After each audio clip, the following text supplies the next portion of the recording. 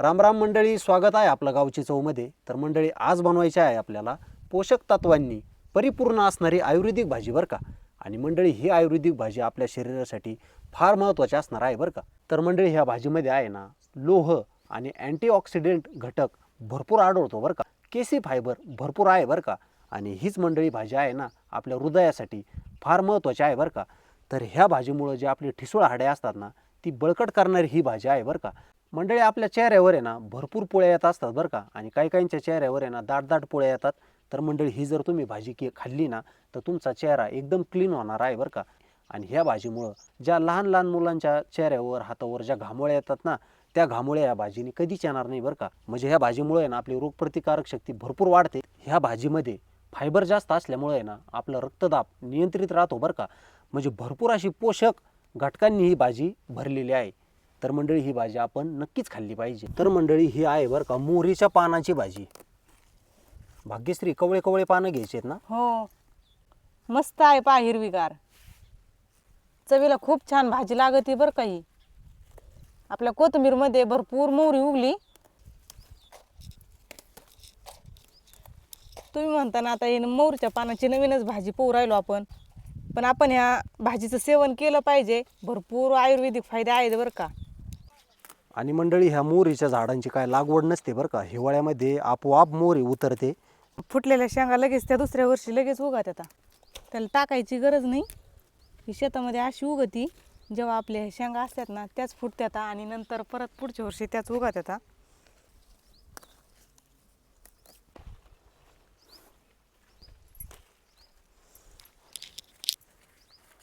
मोहरच्या झाडांना असे पिवळे पिवळे फुलं येतात आणि शेंगा पण यायला लागल्यात बरं का. आता याला कवळ्या कवळ्या आहेत अजून.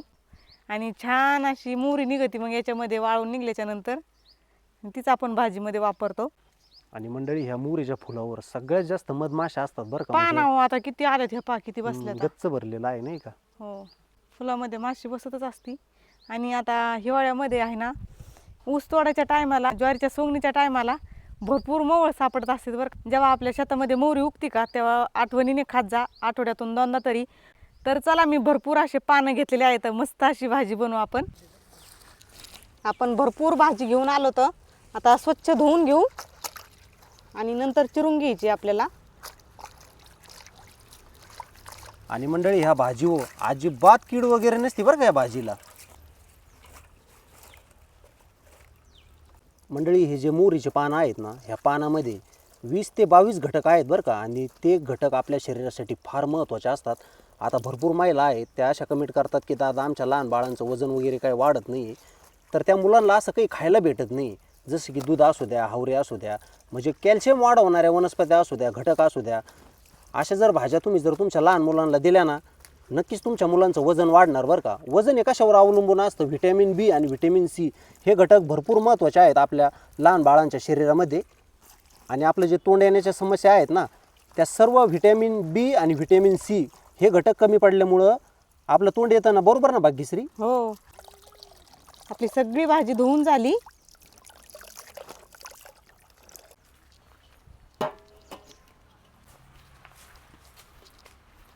मंडळी, शेतातलं जीवन हे खूपच छान असतं बरं का. आणि शेतातला निसर्ग बघू शकता. भाग्यश्री, कसं वाटतंय झाडाखाली? छान वाटतंय. आता उन्हाळा लागायला लागलाय. हो, आली की नाही झाडाची आठवण? हो, झाडाची उन्हाळा लागला की झाडाची आठवण येते. मंडळी, आपण किती जरी पैसे वगैरे कमवले ना, तर आपण निसर्गाच्या पुढं कधीच जाऊ शकत नाही बरं का. आता सर्वांना या झाडाची आठवण येणार, बरोबर ना? हो, जेव्हा ऊन पडतं तेव्हा झाडाची किंमत कळते, आणि जेव्हा पाऊस पडत नाही तेव्हा पाण्याची किंमत कळत असते. तर चला, आपण चूल पेटून घेतली. कढई चुलीवर ठेवून घेऊ. आपली कढई गरम झाली. आपण भाजीसाठी शेंगदाणे भाजून घेऊ. आपले शेंगदाणे छान असे खरपूस भाजले तर काढून घेऊ.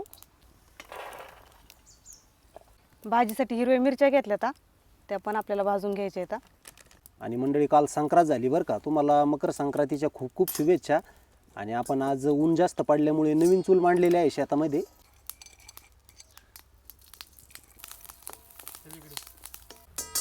मिरच्या भाजल्यात. आपण भाजी चिरून घेऊ.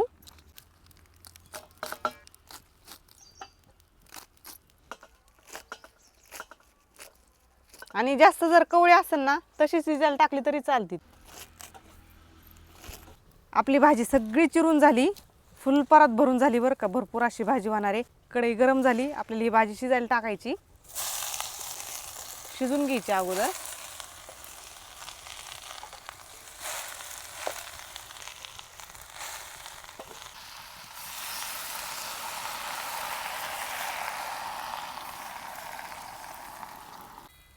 आपण आता 5 मिनिटं भाजी शिजून घेऊ. तोपर्यंत आपण शेंगदाणे, मिरची, लसूण बारीक करून घेऊ.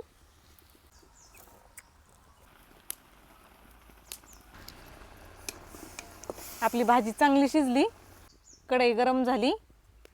भाजीसाठी तेल टाकून घेऊ. तेल गरम झालंय, फोडणीसाठी लसूण टाकून घेऊ. लसूण चांगला परतलाय.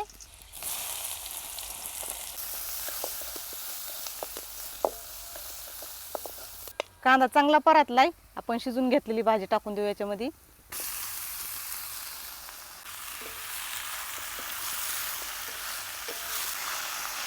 याच्यामध्ये मुगाची डाळ टाकली तरी पण चालतं बरं का. मुगाच्या डाळीने पण छान चव लागते भाजीची. मंडळी नेमकं आता आपण शेतामध्ये आहोत, मूग डाळ विसरलो आपण, बरोबर ना? हो. भाजी चांगली परतली, आपण भाजीला मीठ टाकून घेऊ. आपण हे मसाला बारीक करून घेतलाय ते टाकून घेऊ.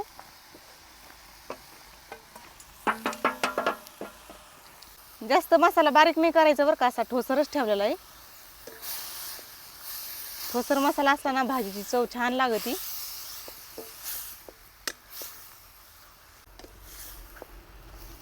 भाजी चांगली 5 मिनिटं शिजून घ्यायची. सुगंध तर खूप छान सुटलाय हो भाजीचा. हो, लई छान.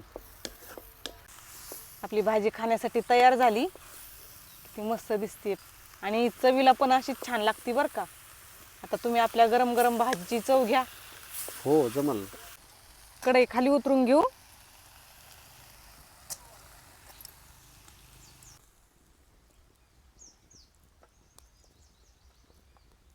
तर मंडळी आपली भाजी तयार झाली आणि तुम्ही आठवणीने जेवायला बरं का. मस्त ज्वारीची भाकर पण आहे भाजीसोबत. आणि आपण निसर्गाच्या सान्निध्यामध्ये बसलेलो आहोत. भरपूर झाडं आहे आणि झाडाखाली सावलीला बसलेलो आहोत. मंडळी शेतकऱ्याची आणि शेताकडील मजाच वेगळी असते बरं का. अशा रानभाज्या शोधणं, आयुर्वेदिक भाज्या खाणं. तर या जेवायला.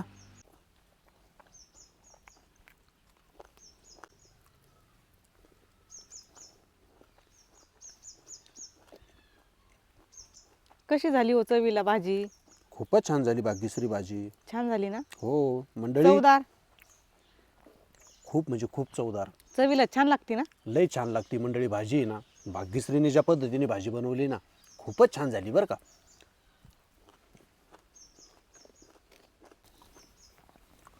मंडळी तुम्हाला आम्ही एवढ्या रानभाज्या दाखवतो.